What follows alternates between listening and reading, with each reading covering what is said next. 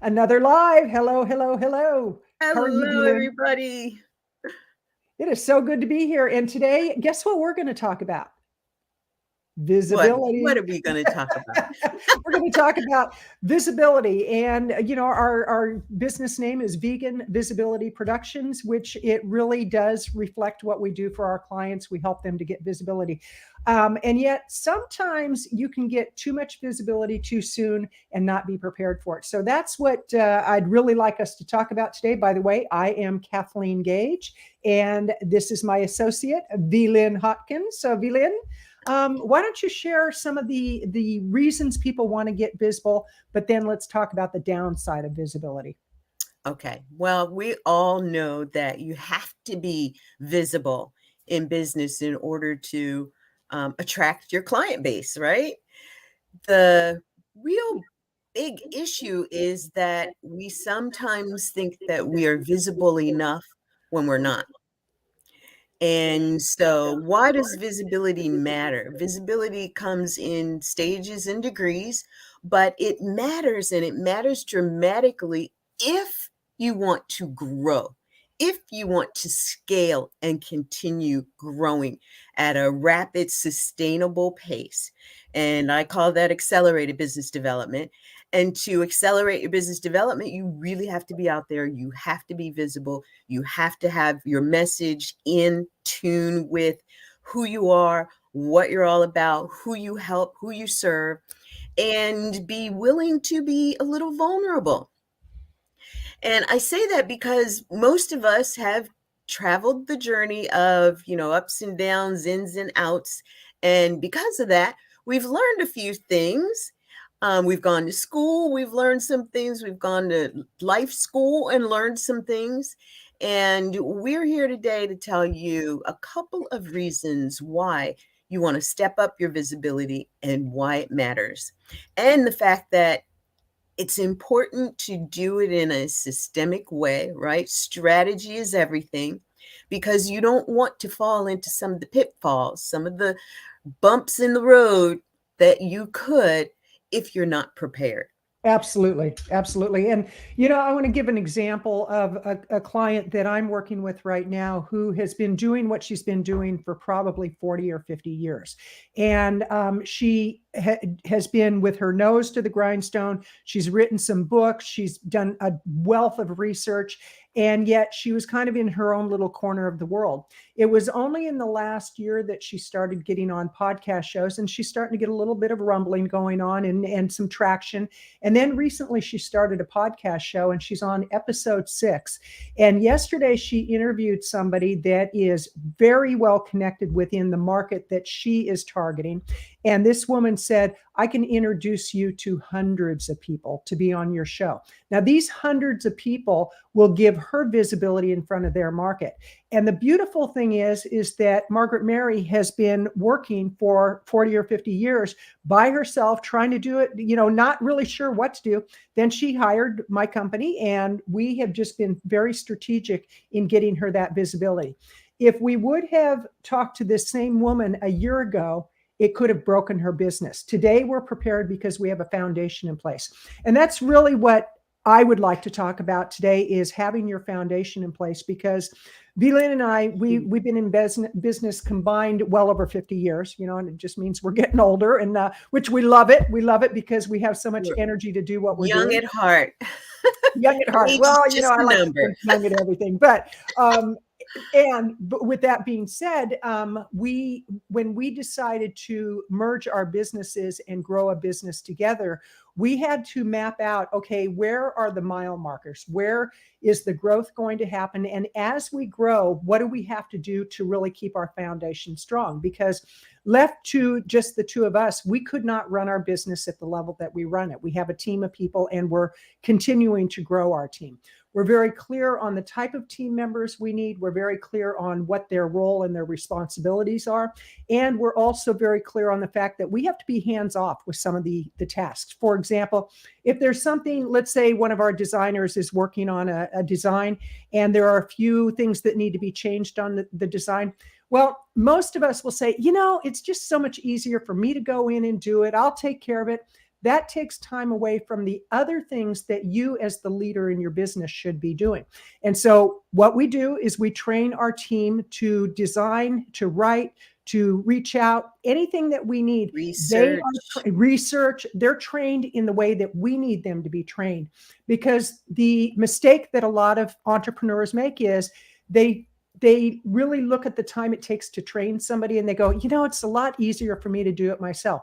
It might be now, but as your company is growing, you're not going to be able to keep up with the growth.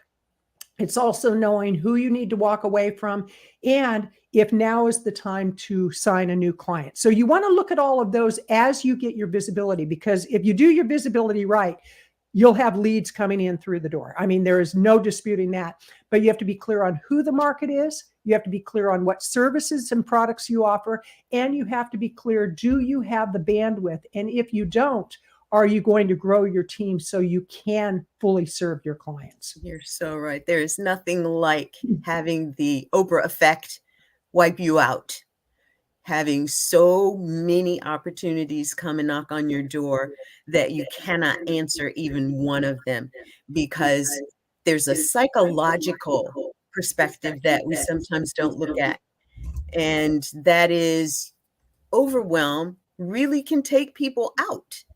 So you want to make sure that you have your infrastructure in place. And even if it's at a lower level, you've got new clients coming in, new opportunities coming in, and you see the method of growth that you need, you want to stay at least 1 to 2 to 3 steps ahead.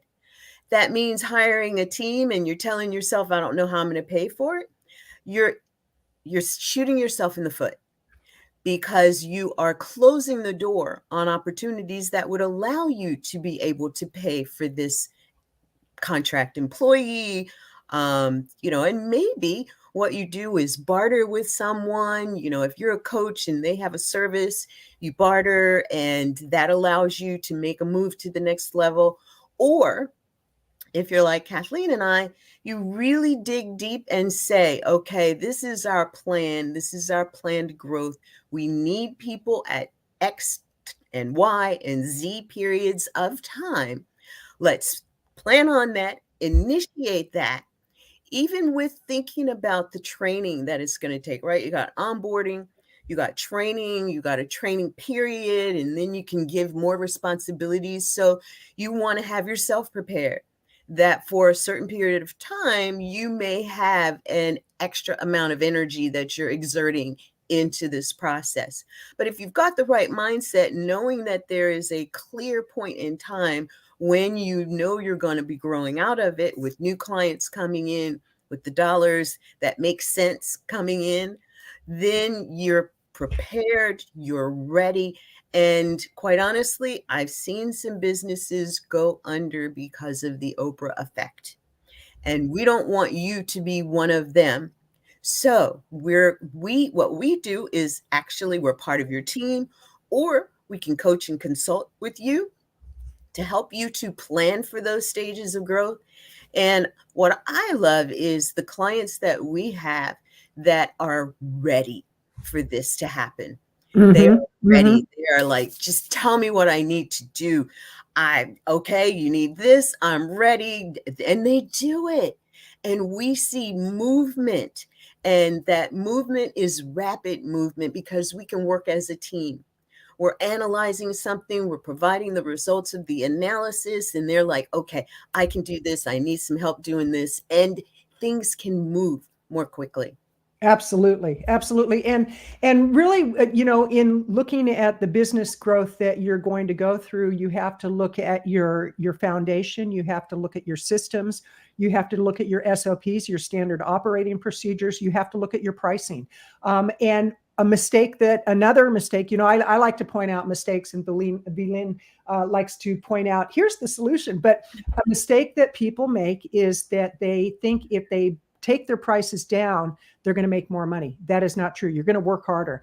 It's better to really identify what is your skill set, what is your expertise, and then price yourself according to what you're bringing to the experience. A great example is the story that many of us have heard about. There was a ship captain, and he was hearing a knocking on the ship. It was in the pipe room, and he kept hearing this knocking, and he was like looking to fix it. He tried to fix it. He was spending days on end trying to fix this. He got crew members to come in to try to fix it. Nobody could find the problem. So they finally decided to call an expert. So the expert came in, listened for a couple of minutes, went over, tapped one pipe. The problem was solved, gave the captain the bill. It was $1,000. And the captain said, $1,000? He said, you were here for 5 minutes. Why should I pay you $1,000? He said, it's not worth $1,000. He goes, oh, no. I brought years of experience to the table. With one tap, I was able to solve your problem. Would you have rathered I'd stay here for weeks on end and charge you for that, or solve the problem immediately? So you want to know, what is your expertise? What do you bring to the experience that people are willing to pay for? And you don't want to undercharge and you don't want to overcharge. And that's where sometimes it helps to get the guidance of a mentor, a coach, a consultant, somebody who can work with you to really show you how much work goes into a project. A few years ago, I was working with a woman who was putting a certification program together. It was a 6-month certification.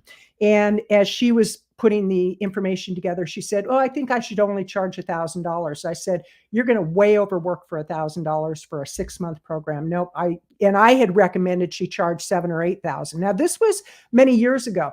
And she goes, oh, that's way too much. I said, well, let's meet in the middle. How about $4,500? So she said $4,500. And I said, now I want you to mark my words. Halfway into this, you're going to say, I wish I would have charged more, because you have no idea how hard you're going to be working pulling this together, whether it be you personally or your team working hard to pull it together.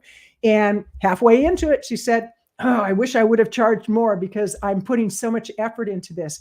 Somebody who has been there and done that, like we've done a lot of digital programs, we've done retreats, we've done live events, we've done virtual events. And when we price something for a client, we take into consideration how long it took us to learn what we learned, that we are truly bona fide experts. And that's another thing. Are you a bona fide expert? And based on that, what is the value that we bring to the experience? Are we going to be increasing the client's visibility? Are we going to be increasing their revenue stream opportunities? Oftentimes, people are so caught up in what they're doing in a business, they can't see outside of what they're doing.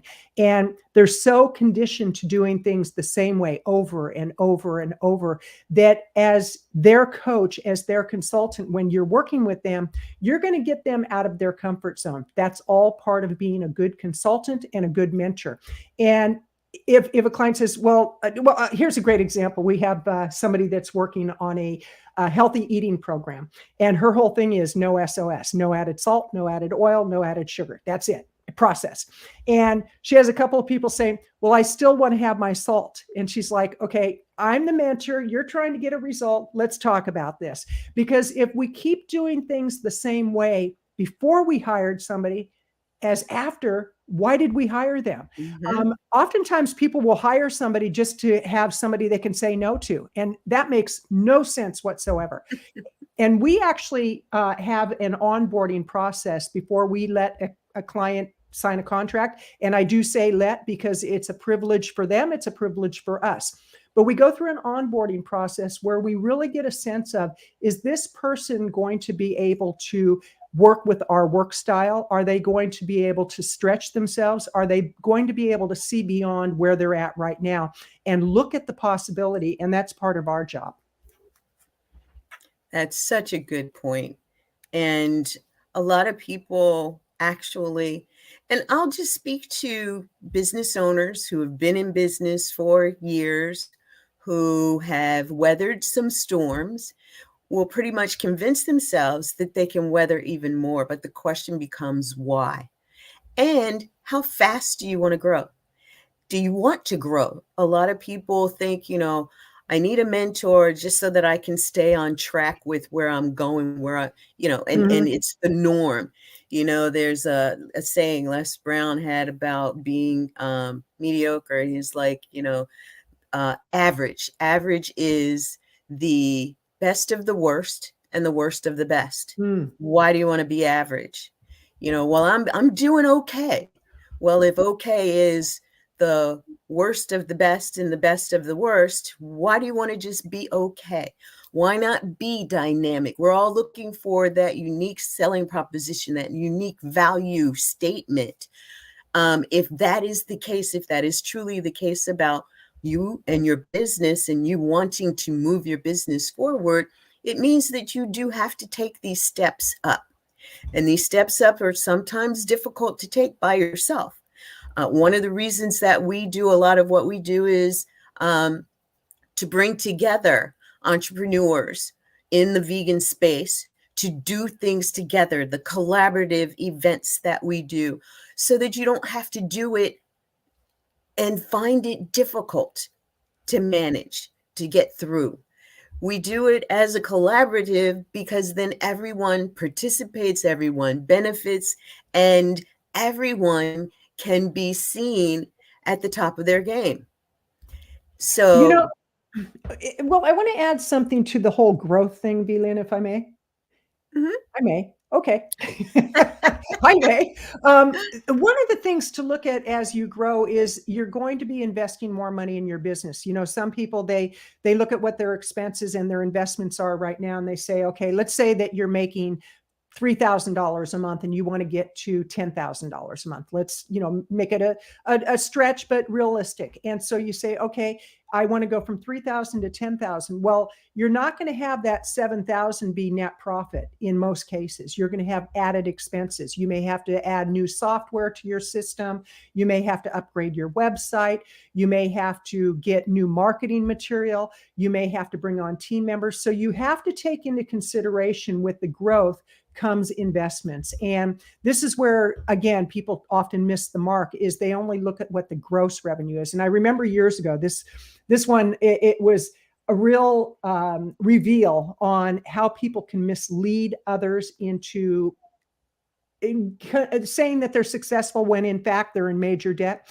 I had a colleague who had built a 7-figure business. So they had $1 million business, and we were having a conversation, and everybody was like, wow, they've built $1 million business. This is great. That's amazing. And, this person was like, yeah, I'm a 7-figure business. So I had a conversation with this person. I said, can I ask you, a pretty direct question? And they're like, well, of course. And I said, how much net did you get out of your business?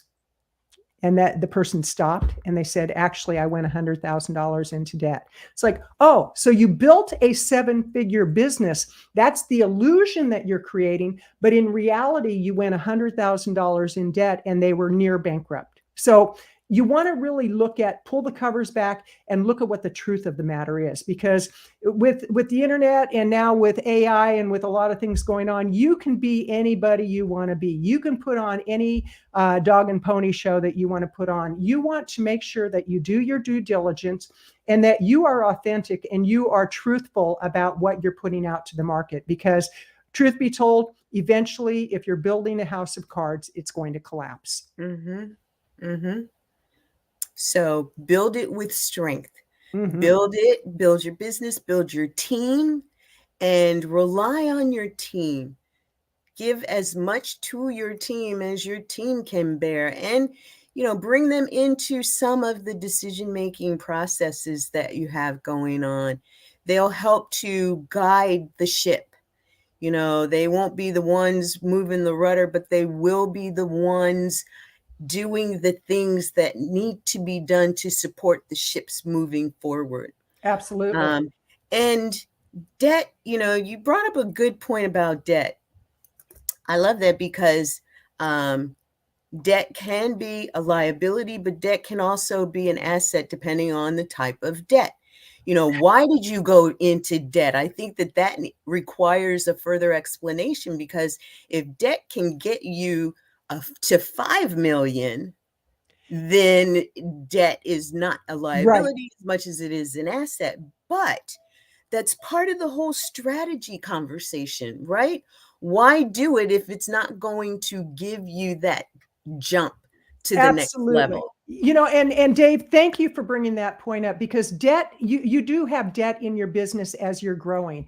And this is where having a good accountant comes in, because Exactly. you know, my Exactly. accountant, we have conversations frequently of like, okay, this is what I'm going to be doing in 2020. It was a rough year for a lot of businesses, my own business included.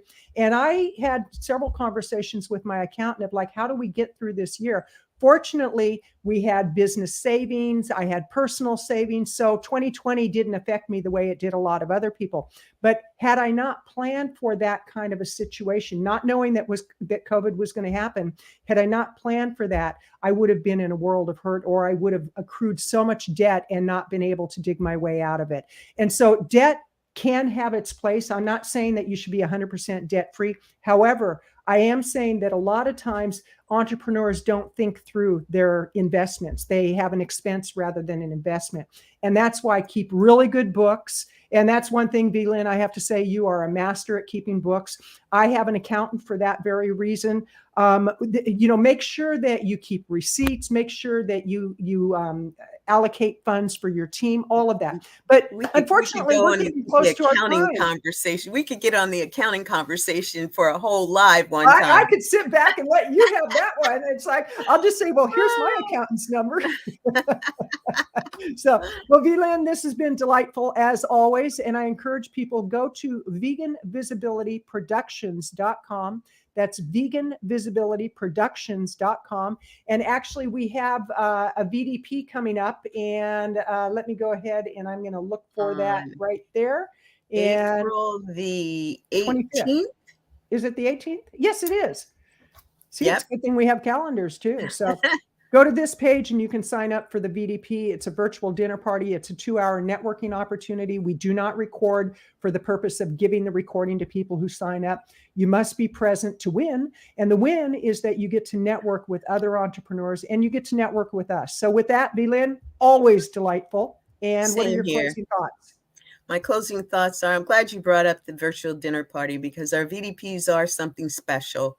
We actually look to create the connection and the collaboration that can be possible with those connections. And there's an element of contribution.